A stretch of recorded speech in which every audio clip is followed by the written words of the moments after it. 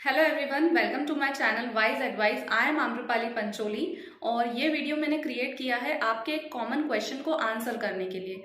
तो फ्रेंड्स, कुछ दिन पहले मैंने राइटर्स क्रैम्प के बारे में कुछ वीडियोस अपलोड किए थे अपने यूट्यूब चैनल पर। वो देखने के बाद मुझे कई सारे लोगों के कॉल्स आए और सबसे पहले तो मैं थैंक यू बोलना चाहती हूँ उन सभी लोगों को जिन्होंने मेरी बात पे ट्रस्ट किया, उन्हें लगा कि मेरी एडवाइस यूजफुल हो सकती है। वही कॉमन क्वेश्चन आपका भी है, तो आप इस वीडियो को लास्ट तक देखिएगा। तो सवाल ये था फ्रेंड्स कि क्या हमें थैलेमोटमी यानी कि एक सर्जिकल प्रोसीजर करवाना चाहिए राइटर्स क्रैम्प के लिए। और उस टाइम पे मैंने उसके बारे में कुछ ज्यादा पढ़ा नहीं था। बाद में उसके बारे में मैंने कुछ इन्फॉर्मेशन देखी इंटरनेट के ऊपर कि ये एक्चुअली होता क्या है प्रोसीजर। मैंने जितनी चीजें इसके बारे में जानी है उसके बेसिस पर तो मैं आपको एक अपना ऑनेस्ट और पर्सनल यही ओपिनियन दूंगी कि हमें ऐसा कोई भी प्रोसीजर नहीं करवाना चाहिए, स्पेशली तब अगर आपको सिर्फ राइटर्स क्रैम्प की प्रॉब्लम है और कोई दूसरी प्रॉब्लम आपको अपने बॉडी में फील नहीं हो रही। लास्ट मंथ में एक डॉक्टर के पास गई थी, डॉक्टर अनुपम साहानी, जो कि न्यूरोलॉजिस्ट हैं जबलपुर में। और उनसे मैंने पूछा कि क्या फ्यूचर में राइटर्स क्रैम्प की वजह से मुझे कोई और दिक्कत अपने शरीर में हो सकती है। तो उनका जवाब था कि नहीं, सिर्फ आप लिख नहीं पाओगे, उसके अलावा आपको और कोई भी बीमारी या कोई भी तकलीफ इस वजह से नहीं होगी। तो क्यों फिर हमें एक ऑपरेशन करवाना है, राइट? क्योंकि लोगों ने मुझसे पूछा था कि क्या हमें एक सर्जिकल ऑपरेशन या कोई रेडिएशन थेरेपी लेनी चाहिए इस चीज के लिए। तो मुझे ऐसा लगता है पर्सनली कि हमें टाइम, एनर्जी और पैसे के अलावा हमें अपनी हेल्थ को इस तरीके से दांव पे नहीं लगाना चाहिए। स्पेशली अगर आपको किसी न्यूरोलॉजिस्ट ने या किसी न्यूरोसर्जन ने ये सजेस्ट किया है कि आपको सर्जरी करवानी चाहिए राइटर्स क्रैम्प के लिए, तो सबसे पहले मैं आपको बता दूं कि थैलेमोटमी की इतनी ज्यादा सर्जरीज इंडिया में अभी हुई भी नहीं है और बहुत ही कम राइटर्स क्रैम्प के लिए अभी तक सर्जरी हुई है पूरे वर्ल्ड में। तो ज्यादा पेशेंट्स की इन्फॉर्मेशन अभी तक अवेलेबल नहीं है, इसलिए थोड़ा सा रिस्की तो ये है। तो पहला मेरा लॉजिकल रीजन ये है कि हमें ये क्यों नहीं करवाना चाहिए। वो इसलिए क्योंकि ये कोई जानलेवा बीमारी नहीं है कैंसर की तरह की। ये एक ऑर्गन में हो गई तो उस ऑर्गन को रिमूव करना जरूरी है, क्योंकि वो दूसरे ऑर्गन में भी फैल सकती है और पूरे बॉडी में वो फैल सकती है।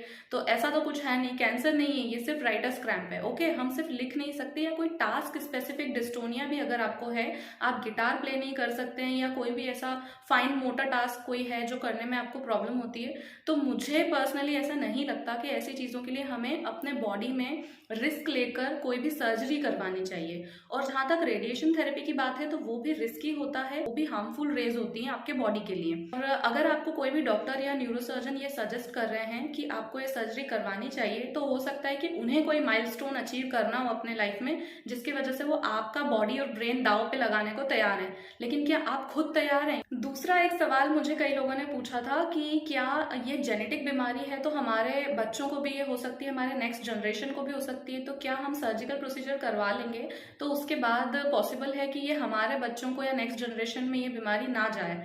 तो इसका जवाब मैं आपको ये दूंगी कि कई लोग हेयर ट्रांसप्लांट भी करवाते हैं जिनके बाल चले जाते हैं कम एज में, वो भी एक जेनेटिक प्रॉब्लम होती है। कई लोगों को डायबिटीज भी होती है तो उसके लिए भी वो बहुत समय तक टैबलेट्स खाते हैं। तो क्या ये पॉसिबल है कि उनको, उनके बच्चों को नेक्स्ट जनरेशन में वही बीमारियां नहीं होंगी, डायबिटीज या गंजापन? क्या हम इस चीज को अश्योर कर सकते हैं? अगर आपके न्यूरोसर्जन ने आपको अश्योर किया है कि अगर आप ये ऑपरेशन करवा लेते हैं उसके बाद आपके बच्चों को ये प्रॉब्लम नहीं होगी, तो गो हेड। अदरवाइज मुझे तो नहीं लगता कि हम पहले हमारे बॉडी से पहले हम बच्चे के बारे में सोच रहे हैं। ये कौन सा लॉजिक है, मुझे समझ में नहीं आता। आप सबसे पहले अपने बॉडी और ब्रेन के बारे में सोचिए। पहले आपको स्ट्रेस फ्री होना पड़ेगा लाइफ में, पहले आपको खुश होना पड़ेगा लाइफ में, उसके बाद आप किसी और को खुश रखेंगे, स्पेशली आपके बच्चों। तीसरा सबसे इंपॉर्टेंट और लॉजिकल पॉइंट मेरा ये है कि अगर हम इतने फाइनेंशियली कैपेबल हैं, अगर हम अफोर्ड कर सकते हैं एक ब्रेन की सर्जरी, तो फिर हमें गवर्नमेंट जॉब या गवर्नमेंट कॉलेज में सीट के लिए क्यों लिखना है? तो अगर आप इतने फाइनेंशियली कैपेबल हैं तो मेरा ये सजेशन है कि आप इन पैसों को, अपने टाइम को, एनर्जी को, स्पेशली अपनी हेल्थ को, अपनी लाइफ को वहां यूज करिए जहां पे प्रोडक्टिव और अच्छे रिजल्ट्स आपको, पॉजिटिव रिजल्ट्स मिल सके, ना कि कोई रिस्की रिजल्ट आपको मिले। एक और इम्पॉर्टेंट पॉइंट मैं आपको बताऊंगी कि लास्ट मंथ मैंने एनसीवी टेस्ट अपना करवाया था। उसके बाद से मुझे एक बहुत ही अजीब सा एक्सपीरियंस फील हो रहा है।